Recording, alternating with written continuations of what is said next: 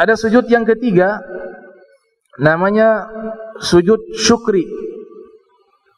Sujud syukur. Nah, sujud syukur.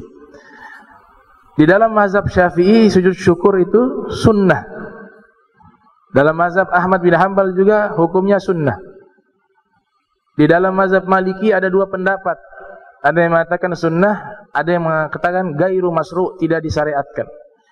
Dalam mazhab Abu Hanifah mengatakan makruh, tidak baik sujud syukur. Kenapa Abu Hanifah mengatakan sujud syukur tidak baik? Karena beranggapan kalau sujud syukur itu kan sebagai bentuk syukur atas nikmat yang Allah berikan. Maka kata Imam Abu Hanifah, setiap hari, setiap detik itu Allah berikan kita nikmat. Dan nikmat Allah tidak pernah terputus.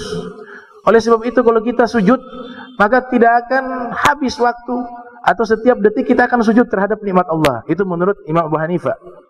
Makanya beliau kasih makruh, memakruhkan sujud syukur. Tapi kalau Imam Syafi'i dijelaskan secara spesifik, nikmat tertentu saja yang boleh sujud syukur. Nikmat-nikmat yang membuat dia kaget.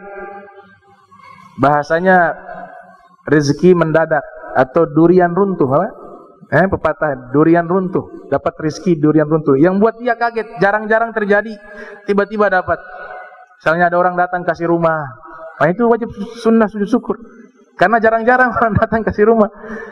Ada datang kasih mobil, punya anak, melahirkan dengan selamat, sujud syukur. Nah ini pendapat daripada mazhab Syafi'i. Adapun nikmat yang sudah biasa terjadi tidak disunahkan sujud syukur. Seperti makan kan nikmat dari Allah. Sampai kita baca doa itu kan alhamdulillah. Alladzi at'amani hadza ta'am warzaqnihi min ghairi halin minni wala quwwah. Tapi kan itu setiap hari. Maka yang seperti ini tidak disunahkan sujud syukur. Sama halnya salat. Habis salat tidak perlu sujud lagi. Kata Imam Nawawi itu makruh, tidak baik. Menurut Imam Nawawi. Kenapa? Karena salat itu kewajiban yang rutin. Maka tidak perlu lagi selesai salat kita sujud lagi. Walaupun alasannya syukur karena Allah izinkan kita salat. Tapi caranya ini hukumnya makruh. Ini penjelasan daripada Al-Imam An-Nawawi bahwa tidak perlu lagi kalau salat, habis salat sudah sujud, salam, kemudian sujud lagi, itu tidak perlu lagi. Itu pendapatnya bukan saya, pendapatnya Imam Nawawi. Dan Imam Nawawi seorang ulama besar. Ya, Imam Nawawi ini belajar ilmu agama sampai tidak sempat menikah. Waktunya agak cukup. Takut nanti kalau nikah menghambat ibadah dan belajar dan mengajarnya beliau. Sampai beliau itu pernah disebutkan oleh Syekh Abdul Fattah Abu Guddah, seorang ulama besar mazhab Hanafi yang ada di Suriah, punya kitab namanya Qimatuz Zaman 'indal Ulama, nilai waktu di sisi para ulama. Itu menyebutkan Imam Nawawi itu waktu belajar pernah 2 tahun enggak tidur. Ya, lam adu zanbi 'alal ardi fa idza ghalabani naum adau ra'si 'alal kutubi fantabahtu sa'atan. Kata Imam Nawawi, saya 2 tahun belajar ilmu agama, tidak pernah saya letakkan punggung di atas tanah.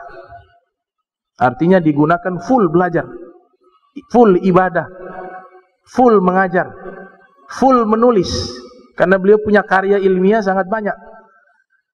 Kemudian beliau katakan, fa idza ghalabani naum, kalau sudah saking ngantuk, ya nama juga manusia, sudah tidak kuat, saking ngantuk, beliau letakkan kepala di atas kitab, tidak berbaring.